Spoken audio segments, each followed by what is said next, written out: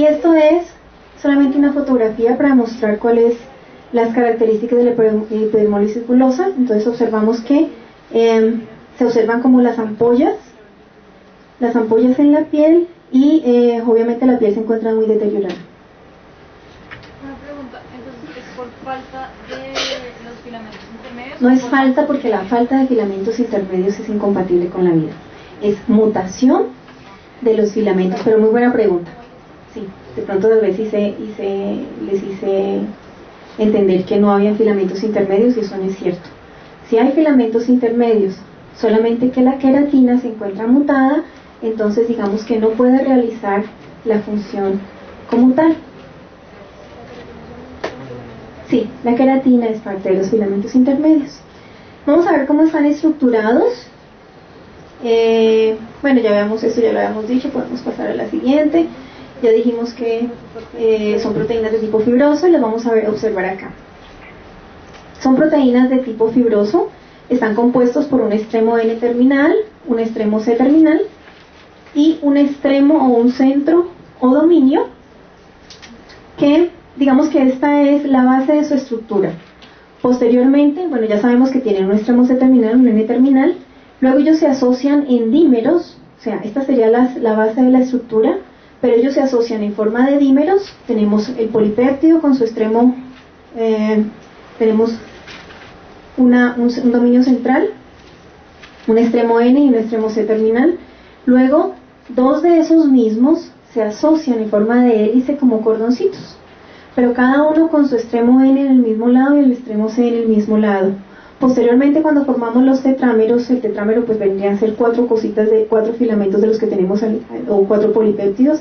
En ese caso, cuando formamos los tetrámeros se asocian extremo N con extremo C con extremo N, para posteriormente asociarse en varios de estos tetrámeros en una estructura que conocemos con el nombre de protofilamento. Entonces, si nos damos cuenta, la estructura de los protofilamentos, o sea, la estructura como tal de los filamentos intermedios, tiene un parecido con los microtúbulos, en el sentido que cada uno de estos protofilamentos se van asociando y me dejan una especie de lumen o espacio al interior. Pero la diferencia fundamental es que estas son proteínas de tipo fibroso y no son proteínas globulares generándome un protofilamento. Son proteínas de tipo fibroso que al interior me generan un tubo o un lumen o un espacio. Digamos que eso sería son como claves mnemotécnicas para uno decir en qué se parecen y en qué se diferencian. El parecido sería varios protofilamentos que finalmente me dejan una estructura que es un filamento intermedio. Bien. Estos filamentos intermedios también se encuentran asociados con o forman parte de la lámina nuclear. En la lámina nuclear lo que hacen también es darle forma a lo que estamos observando ahí, y está constituido por 3 tipos de láminas diferentes, que es la lámina A, B y C. Creo que parte de eso lo vamos a trabajar ahorita en el taller, con el artículo de laminopatías, pero nosotros ya habíamos visto una enfermedad que está asociada con un splicing que se hace en un exón por la progeria. ¿Se acuerdan? Hemos dicho que había un splicing anómalo, y ese splicing anómalo me genera un filamento intermedio que el hecho de que no tenga esos aminoácidos me genera una proteína que se llama la progerina.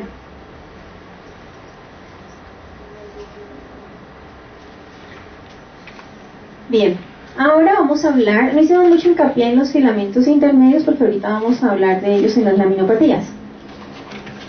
Ahora pasamos a hablar de los microfilamentos, que están formados, ya habíamos dicho, por monómeros de actina G. Existen diferentes tipos de actina en células musculares y células no musculares. La actina es una proteína que ha sido muy conservada a través de la evolución, lo que da como luces sobre la importancia. También habíamos dicho que es una de las proteínas más abundantes en las células. Bueno, ya habíamos mostrado dónde se localizaba. Vimos que se localizaba en la base interna, como alrededor de la célula, y también se asocia con la miosina. Aquí está, ahí la mostramos su ubicación. hace parte de las microvellosidades y se encuentra principalmente asociada con la parte, o sea, después de la membrana plasmática. Esto tiene, digamos que tiene un parecido con respecto al crecimiento o a la polarización y despolarización que habíamos observado en los microtúbulos. Entonces, igualmente tiene un extremo más y un extremo menos. El extremo más se encuentra asociado a ATP, mientras que el extremo menos se encuentra asociado a ADP. Es exactamente lo mismo.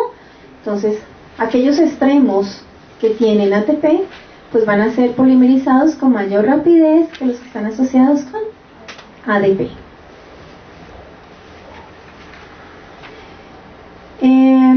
Lo que les contaba a ustedes la profesora Sánchez con respecto a algunas moléculas que se asocian. Tenemos algunas moléculas que se asocian para impedir que estos microtúbulos o sigan creciendo o se desestabilicen, mientras que hay otras proteínas que lo que están haciendo es permitiendo o acelerando la proliferación o el crecimiento de estas estructuras. Entonces tenemos el caso, por ejemplo, de la cofilina. La cofilina es una estructura que lo que hace es permitir la despolarización, mientras que la profilina lo que hace es asociarse a cada una de estas unidades monoméricas y lo que permite es la polimerización.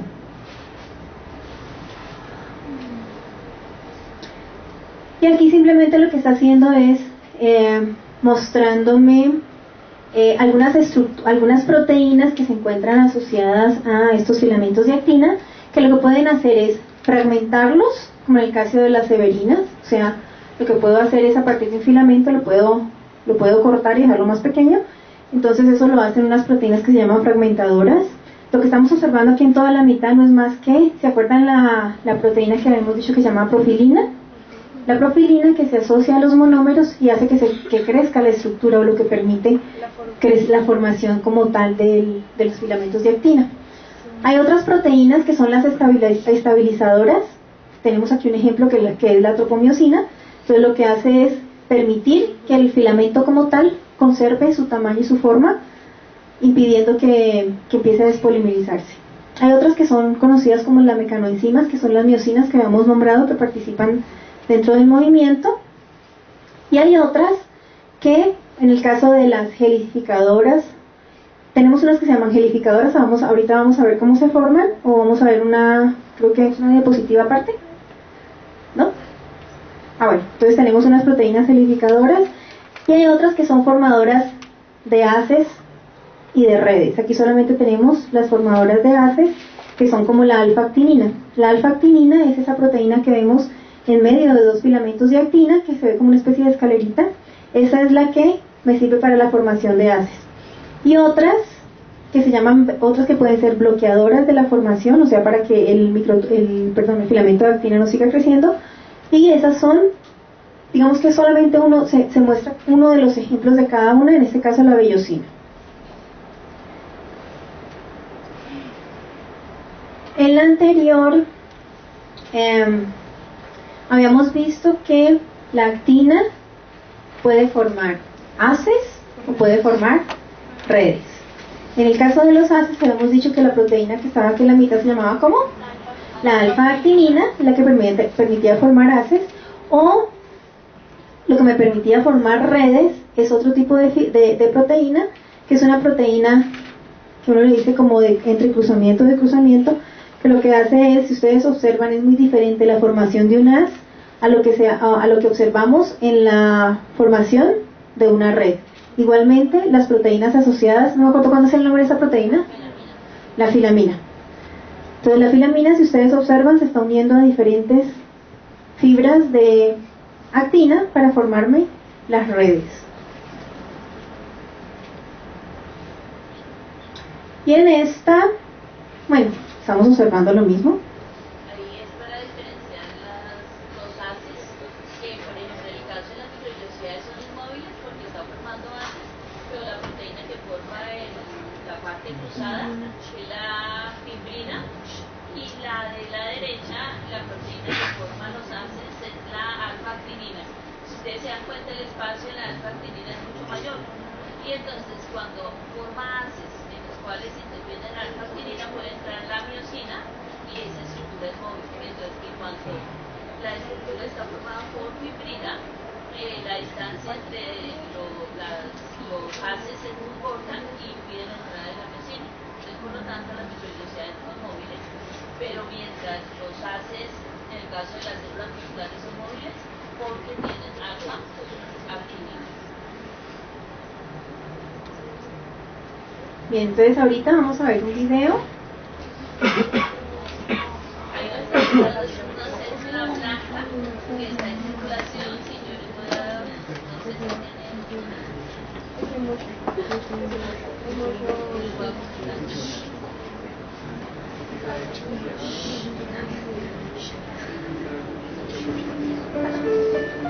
Entonces ahí vemos un vaso sanguíneo y vemos los glóbulos rojos y los glóbulos blancos. Lo que nos está mostrando es el glóbulo blanco, cómo se puede unir al vaso sanguíneo por proteínas de membrana y de la matriz. Ahí estamos viendo la membrana celular y estamos viendo que toda la membrana celular tiene proteínas de anclaje con el espacio extracelular, el medio intracelular. Entonces nos está mostrando cómo la organización del medio extracelular, intracelular y todos los elementos del citoesqueleto, los que forman haces. Ahí estamos viendo los haces de actina en proteínas transversales. Todos esos son haces de actina. Y aquí vemos cómo se polimeriza la actina a partir de los monómeros y forma las fibras de actina. Y ya estamos viendo que se forman redes y la proteína esa es la severina la que fragmenta. La formación de microtúbulos formando dímeros, la despolimerización de microtúbulos. Y aquí vemos el transporte de vesículas por la dineína o la quinesina, dependiendo de hacia dónde vayamos, hacia el extremo menos o hacia el extremo más. El centriolo, el centrosoma, y ahí vemos el núcleo, el poro nuclear y cómo el núcleo sale en los ARNs, ribosomal, mensajero y tránsfer, para en el citoplasma hacer la traducción. Entonces ahí vemos la molécula que se nos está traduciendo, los ribosomas unidos.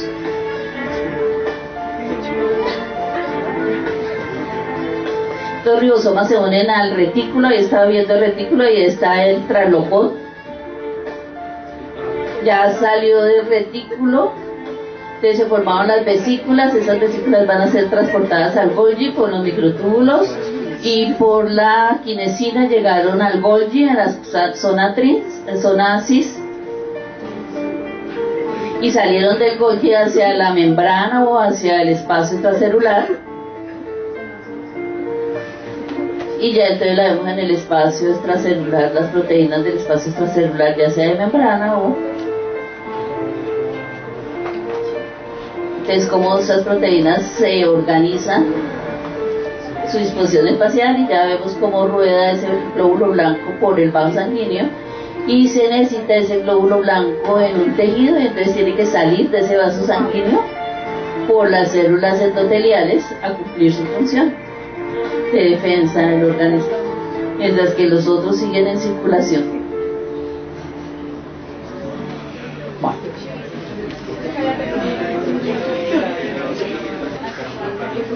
Bien, entonces hacemos la primera, segunda, tercera.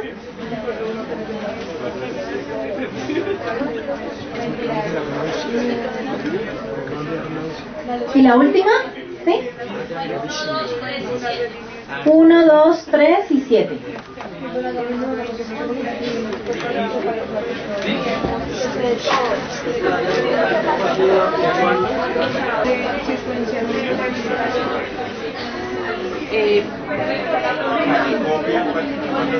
Bueno, vamos a empezar.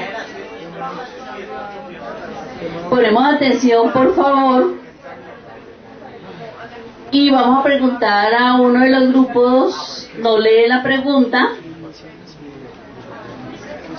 Nos lee la pregunta y nos da las respuestas. Entonces la pregunta número 1, por favor. ¿Qué se conoce como laminopatía? Nosotros respondimos.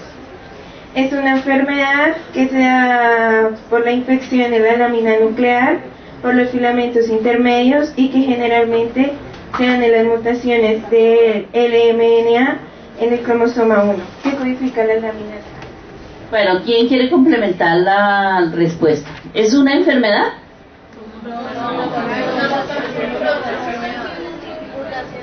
¿Ah? Entonces vamos a ver qué dicen acá. Por favor, contesta. Claro que sí. Las laminopatías son aquellas enfermedades donde el procesamiento de la lámina nuclear o su estructura es anormal y donde el problema deriva del gen LMNA, es decir, el gen que codifica la producción de las láminas. ¿Alguien quiere complementar algo? Entonces, las laminopatías son una serie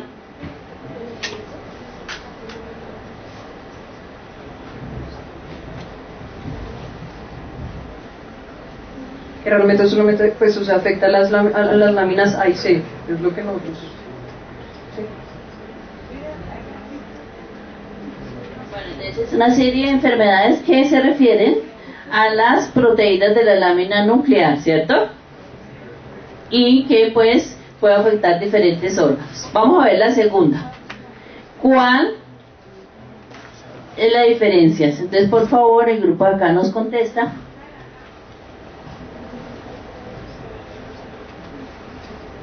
Bueno, la pregunta es ¿cuáles son las diferencias entre las proteínas citoplasmáticas de filamentos intermedios y las láminas nucleares?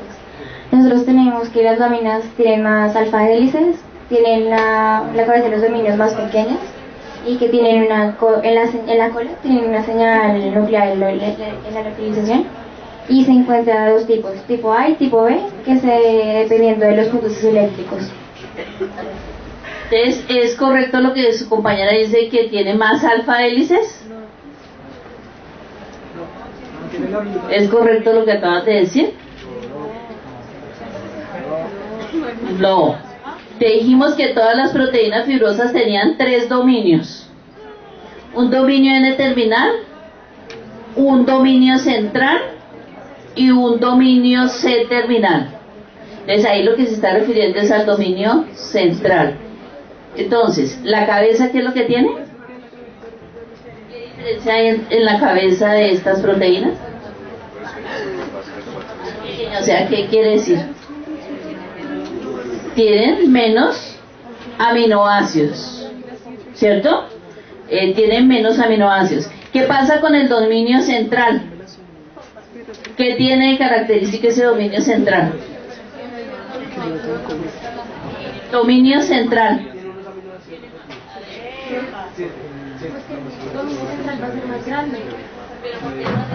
Porque tiene una repetición de... ¿Tiene más proteínas? Estamos hablando de una sola proteína.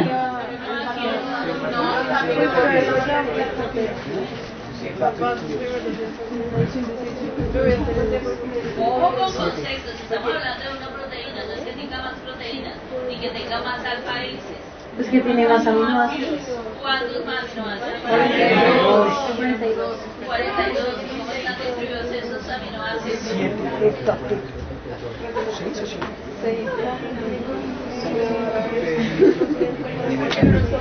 ¿Cómo están distribuidos esos 42 aminoácidos? ¿Repeticiones de cuánto? 7.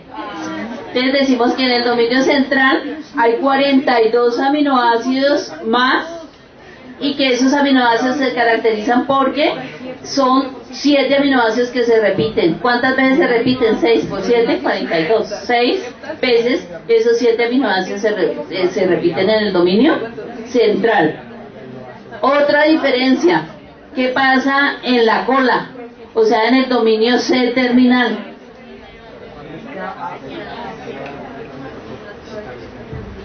Tiene la señal de NLS. ¿Qué quiere decir eso? Señal de localización nuclear. O sea que ¿dónde se sintetiza esa proteína? ¿En dónde se sintetiza esa proteína? En los ribosomas libres, y por lo tanto tiene que tener la señal para que después de ser sintetizada sea llevada al núcleo. Y finalmente tiene una característica muy importante que depende, que en la forma inmadura la tienen todas, pero que después pueden perderla. Hay una característica importante. En el extremo carboxiterminal tiene un motivo de secuencia de aminoácidos CAX, ¿Qué quiere decir cisteína, C? ¿Qué quiere decir A? ¿Y qué quiere decir X? cisteína, A alifático y X es cualquiera. Es que en general debe haber una secuencia de esos aminoácidos. Primero la cisteína, 2 aminoácidos alifáticos, y finalmente el último aminoácido puede variar de una lámina a la otra, pero se necesita que sea cisteína, 2 alifáticos, y el otro sí puede variar. ¿Para qué es importante ese dominio CAAX? ¿Cuál es la importancia de ese dominio en las láminas nucleares? Porque inicia la serie de reacciones enzimáticas que se hacen, y esto lleva a la carboximetilación y a la farnesilación. Son necesarias para hacer las modificaciones posttraduccionales cuando la proteína se va a madurar, ¿cierto? Bueno, tercera pregunta, y la vamos a contestar por acá. Leemos y contestamos. ¿Cuál es su principal patrón de herencia? Entonces respondimos que la mutación del gen LMNA era el principal patrón de herencia de las laminopatías. ¿Eso es patrón de herencia?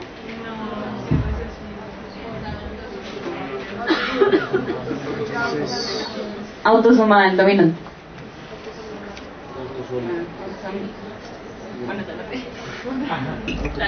¿Quién quiere contestar la pregunta? ¿Quién quiere contestar la pregunta?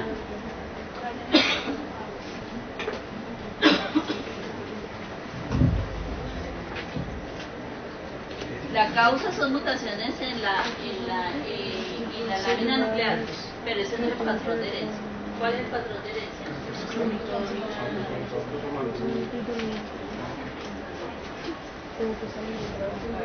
Pues dice que el principal, o sea, el patrón de herencia es autosómico dominante. Lo que he dicho. ¿Qué quiere decir autosómico dominante? Que con que nomás un alelo tenga la expresión de, o sea, la mutación de un gen se expresa ya fenotípicamente en la persona. O sea, nomás que un alelo lo contenga ya se expresa. ¿Y autosómica? ¿Qué quiere decir autosómica? Quiere decir autosomas.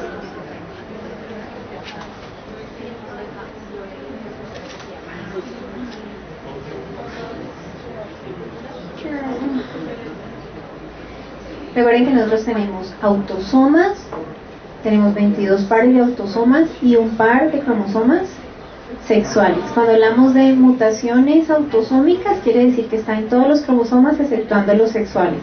Entonces los tipos de herencia pueden ser autosómico, dominante, quiere decir autosoma, que está en cualquiera de los cromosomas que no son sexuales, y dominante, como dijo su compañera, es que basta que un alelo mute para que haya expresión fenotípica. Recesiva quiere decir que para que la enfermedad o el carácter se exprese, porque no siempre está asociado con enfermedades, ¿no? Una herencia de tipo recesiva quiere decir incluso color de pelo, cualquier característica que sea de tipo recesivo. Para poder que se exprese necesito que los dos alelos tengan la misma característica. Y hay enfermedades que son ligadas al sexo. Cuando hablamos de ligadas al sexo, están ligadas a los cromosomas sexuales. Entonces hay enfermedades de tipo autosómico, dominante, autosómico, recesivo, asociados de los cromosomas 1 al 22. Y hay enfermedades que son ligadas al sexo, que están asociadas al par sexual, bien sea al cromosoma X o al cromosoma Y. Es el único, aquí dice el principal, pero es el único tipo de patrón de herencia. ¿Qué otros patrones de herencia encuentran en el artículo?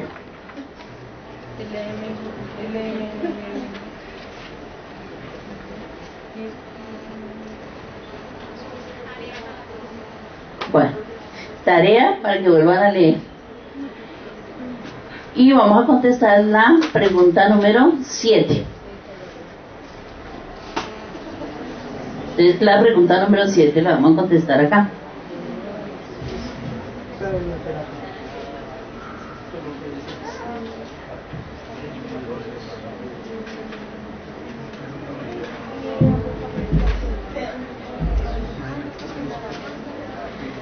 Según el artículo, menciona la estrategia terapéutica propuesta por los autores. Entonces, nosotros encontramos que es solo una estrategia terapéutica que era usar farnesiltransferasa. Y entonces lo que hacía el farnesiltransferasa es que se usaba como un inhibidor. Entonces lo que hacía es que me inhibía las prelaminas A.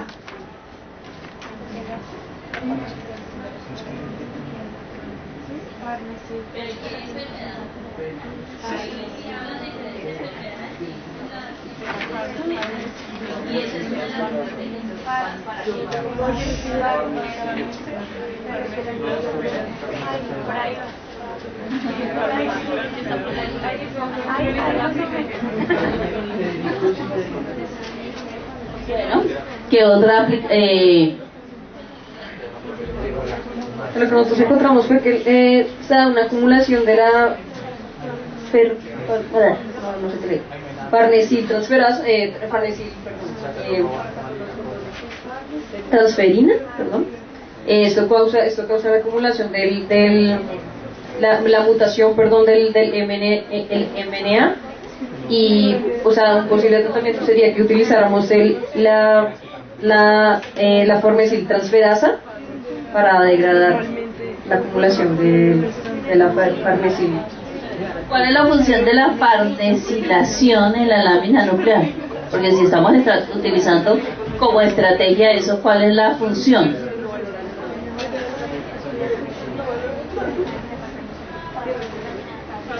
¿Y en qué enfermedad?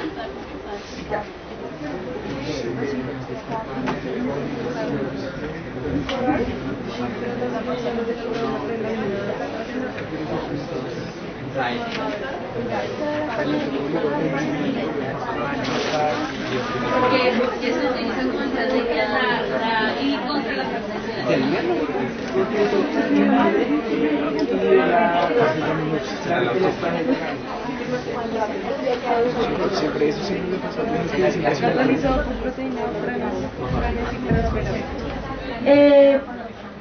porque la farnesilación permite el anclaje para que se pueda constituir la lámina.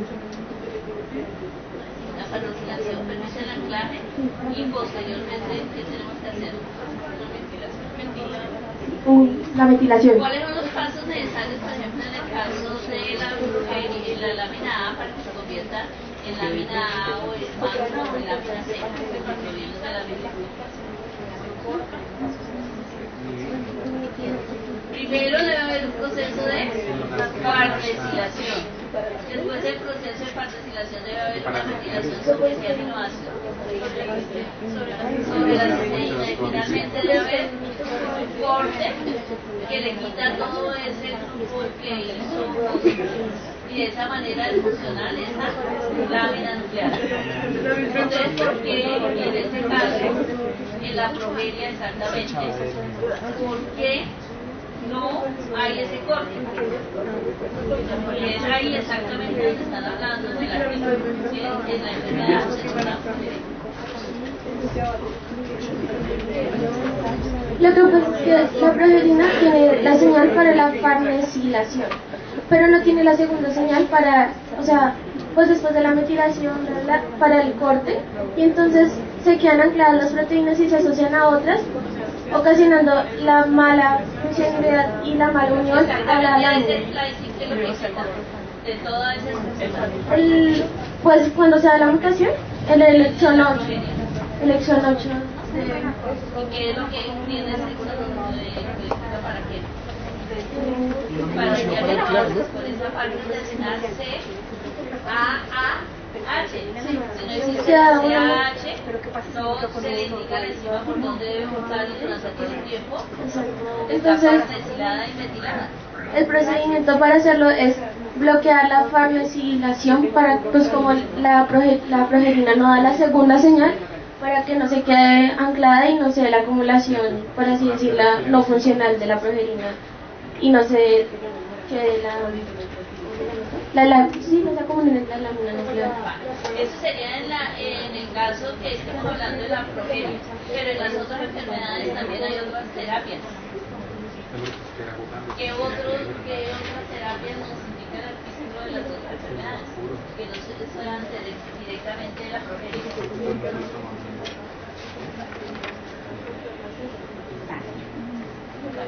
Tarea.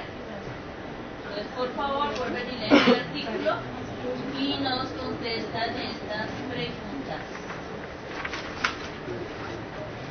Veamos hasta ahí. Se pueden ir, pero no muy tranquilos, porque no alcanzamos los objetivos esperados.